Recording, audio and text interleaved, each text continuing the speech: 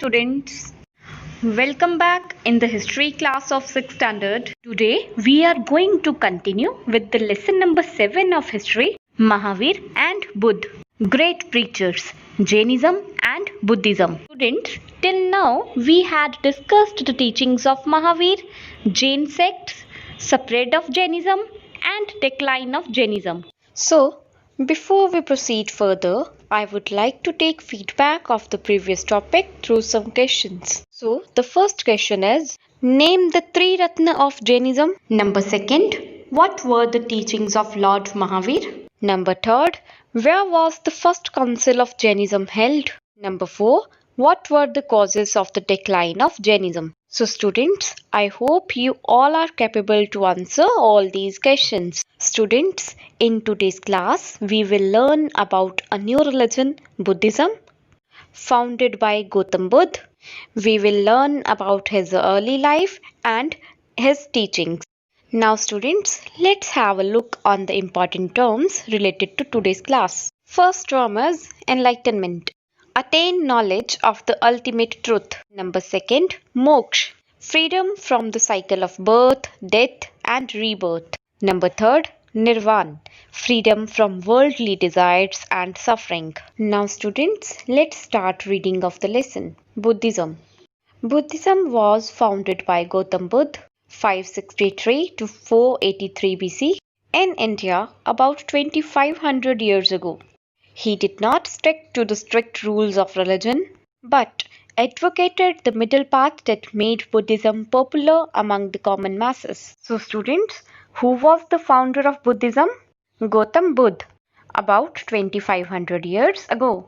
Gautam Buddha did not follow the strict rules of Hinduism, so he made a middle path. Due to this reason, Buddhism became popular among the common people.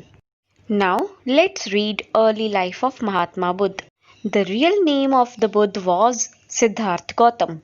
He was a Kshatriya prince. He was born in 563 BC in the forest of Lumbini near Kapilvastu in the foothills of Nepal. His father, Shuddhodhan, was the head of the Shakyagan of Kapilvastu. His mother was Mahamaya, who passed away when Siddhartha was just 7 days old. Being a prince, Siddhartha lived a very comfortable and luxurious life. At the age of 19, he married Princess Yashodhara and had a son named Rahul. Luxurious means rich. Gan means tribe. So students, Gautam Buddha, whose real name was Siddhartha Gautam, was a Kshatriya prince born in 563 BC in the forest of Lumbini near Kapilvastu in Nepal. The name of his father was Shuddhodhan, who was the head of the Shakya tribe of Kapilvastu. His mother Mahamaya was passed away during the birth of Siddhartha Gautam. He got married with the princess Yashodhara at the age of 19. She gave birth to a son whose name was Rahul. Now let's read further. 4 great signs. One day, while driving around the city in his chariot, Siddhartha first saw an old man, then a very sick man, and further he saw a dead body. These sights affected him deeply and he got disturbed. Finally, he saw an ascetic who seemed unaffected by the worldly affairs around him. Siddhartha now wanted to know the mystery of life and death. At the age of 29, he left his home in search of truth. The sight of the old, sick, dead man and the ascetic are referred to as the 4 great signs by the Buddhist scholars. Ascetic means a self-disciplined man. Students, here we are going to discuss the 4 great sights of Mahatma Buddha which changed his life. One day, Siddhartha was driving around the city in his chariot. He first saw an old man who could not even walk properly. Then he saw a sick man who was very weak. Then he saw a dead body. People around him cried bitterly. These sights affected him very badly and he got disturbed or very sad. Then, at last, he saw an ascetic. In Hindi, ascetic means sadhu. He was unaware by the worldly affairs. Siddharth was very much impressed by his personality, so he also decided to know the truth of life and death. So he left his home at the age of 29. Now, children, come to the next point, search for truth. Siddharth wandered for 6 years. He then sat under a peepal tree at Gaya and began to meditate. On the 49th day, at the age of 35, he attained supreme knowledge or the enlightenment. He now came to known as the Buddha or the enlightened one. Meditate means be in a thoughtful state. Attained means achieved. So students, Gautam Buddha moved from place to place for 6 years. After that, he sat under a peepal tree at Gaya and began to meditate. Students, meditation is a practice where an individual uses a technique such as mindfulness or focusing the mind on a particular object. So, on the 49th day of his meditation at the age of 35, he got supreme knowledge or the enlightenment.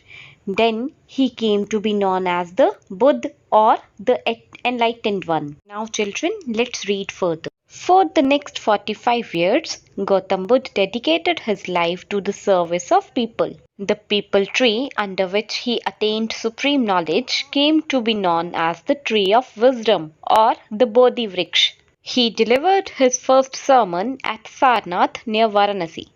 This was called the Dharam Chakra Parivartan or setting in motion the wheel of Dharma. Gautam Buddha then travelled to many parts of the country on foot.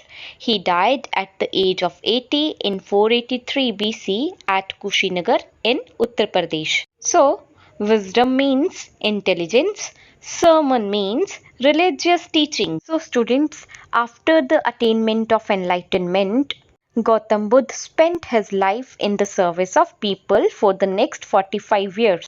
The peepal tree at Gaya in Bihar, where the Mahatma Buddha got enlightenment, came to be known as the tree of wisdom or the Bodhi Vriksha. He gave his first religious teaching at Sarnath near Varanasi. This was called the Dharam Chakra Parivartan or setting in motion the wheel of Dharma. Then Mahatma Buddha travelled to many parts of the country to deliver his religious teachings or sermon. So children, Mahatma Buddha died in 483 BC at the age of 80 at Kushinagar in Uttar Pradesh. Now let's start reading of the teachings of the Buddhism.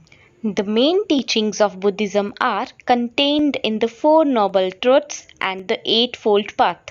The Four Noble Truths. First truth, the world is full of suffering. Second, the cause of suffering is our desire for worldly things. Third, suffering can come to an end only by the elimination of our desires. Fourth, our desires can be eliminated by following the Eightfold Path. So, the word suffering means pain, desire means wish, elimination means rejection. According to Mahatma Buddha, the Four Noble Truths are the world is full of suffering means life is full of pain.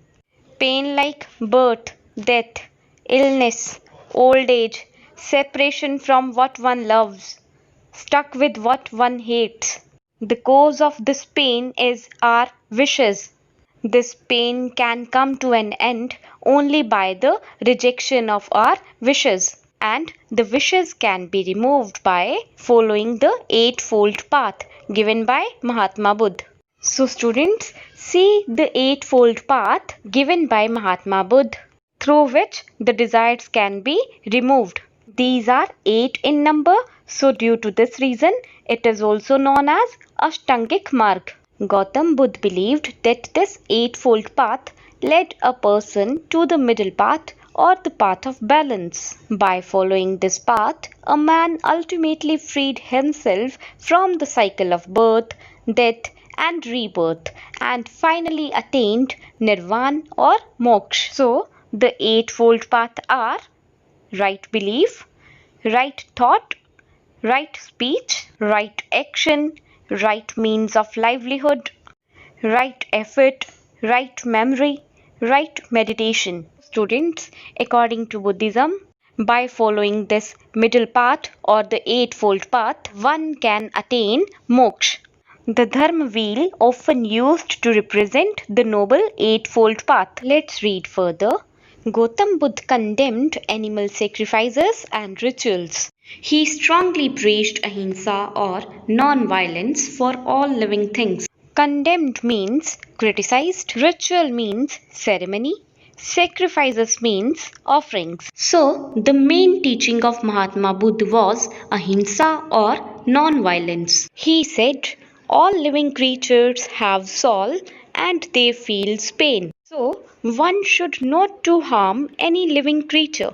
He laid great stress on conduct or karma. He believed that our karma affect both our present and future lives. Therefore, one must always strive to do good karma. So, Mahatma Buddha believed in the theory of karma. He said, what goes around comes around. Keep your circle positive, speak good words, think good thoughts, do good deeds. He preached equality of all men and women and strongly opposed the caste system. So, students, Mahatma Buddha believed in equality. He did not believe in any kind of discrimination on the basis of gender or caste. Next point is he laid stress on the moral values of honesty, kindness, respect for elders, etc. The last point was he encouraged people to think for themselves rather than to simply accept what he or anybody said. Encourage means motivate. So, Mahatma Buddha motivated people to think for themselves rather than to impress anybody. Children, our today's class is over. I hope the topic is clear to you. Now, your homework is to revise the important terms and solve the exercise number 1 MCQs, exercise 2 true or false, exercise 3 fill in the blanks with the help of video.